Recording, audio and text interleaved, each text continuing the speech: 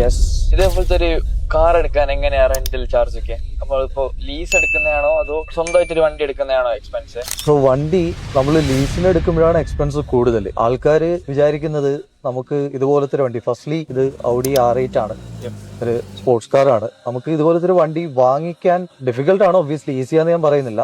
ലീസിന് എടുക്കുന്നതും വാങ്ങിക്കുന്നതും കമ്പയർ ചെയ്യുവാണെങ്കിൽ ലീസാണ് more expensive than buying a car. So ഇങ്ങനത്തെ ഒരു വണ്ടി എടുക്കുകയാണെങ്കിൽ നമുക്ക് എങ്ങനെ വന്നാലും ഒരു 70-80 ലാക്ക് നമുക്ക് ഡെപ്പോസിറ്റ് കൊടുക്കണം. ഓൾസോ മന്ത്ലി ഒരു 2000 പൗണ്ട് 3000 പൗണ്ട് ഒക്കെ കൊടുക്കേണ്ടി വരും. അപ്പൊ നമ്മൾ ലീസിന് എടുക്കാൻ നേരത്താ ഈ ഡെപ്പോസിറ്റ് എന്ന് പറഞ്ഞൊരു കാര്യമില്ല. നമ്മൾ എത്ര നാളത്തേക്ക് വണ്ടി ഉപയോഗിക്കുന്നോ അത്രയും നാളത്തെ ഇൻഷുറൻസ്, വണ്ടിയുടെ പേയ്മെന്റ്സ് എല്ലാം കവേർഡ് ആയിരിക്കും. അപ്പോൾ ഒരു 6 മാസത്തേക്കോ 1 വർഷത്തേക്കോ ഇങ്ങനത്തെ വണ്ടി എടുക്കുകയാണെങ്കിൽ നമുക്ക് ലീസിന് എടുക്കുന്നതായിരിക്കും റെക്കമെൻഡ്. പിന്നെ നിങ്ങൾ ഒരു ബിസിനസ് ഓണർ ആണെങ്കിൽ ലീസിന് മാത്രമേ എടുക്കാവൂ. ഒരു കാരണവശാലും വണ്ടി വാങ്ങിക്കാം. നമ്മൾ മലയാളികൾക്ക് ഒരു സ്വഭാവമുണ്ട്, വണ്ടി നീ ഓൺ ചെയ്യുന്നുണ്ടോ, വീട് സ്വന്തമായിട്ടുണ്ടോ, അപ്പൊ നമുക്ക് എല്ലാം ഓൺ ചെയ്യണം. അപ്പം പ്രാക്ടിക്കലായിട്ട് തിങ്ക് ചെയ്യുക, എവിടെയാണോ പൈസ സേവ് ചെയ്യാൻ പറ്റുന്നത്. Also if you are running A business, നമ്മൾ ലീസിന് എടുത്ത ടാക്സ് റൈറ്റ് ഓഫ് ആണ്. എനിക്ക് ടാക്സിനെ പറ്റി വലിയ നോളജ് ഒന്നും ഇല്ല, ഞാൻ അതിനെപ്പറ്റി പറഞ്ഞു തരുന്നില്ല. പക്ഷെ ഇത് yes, it is a tax write off. നമുക്ക് ലീസിന് എടുക്കാൻ നേരത്തെ നമുക്കത് ടാക്സിൽ നിന്ന് തിരിച്ച് ക്ലെയിം ചെയ്യാൻ പറ്റും. പക്ഷെ obviously if your business is making decent profit, അല്ലെങ്കിൽ ടാക്സിൽ നിന്ന് എടുക്കാൻ ടാക്സേ കാണത്തില്ല.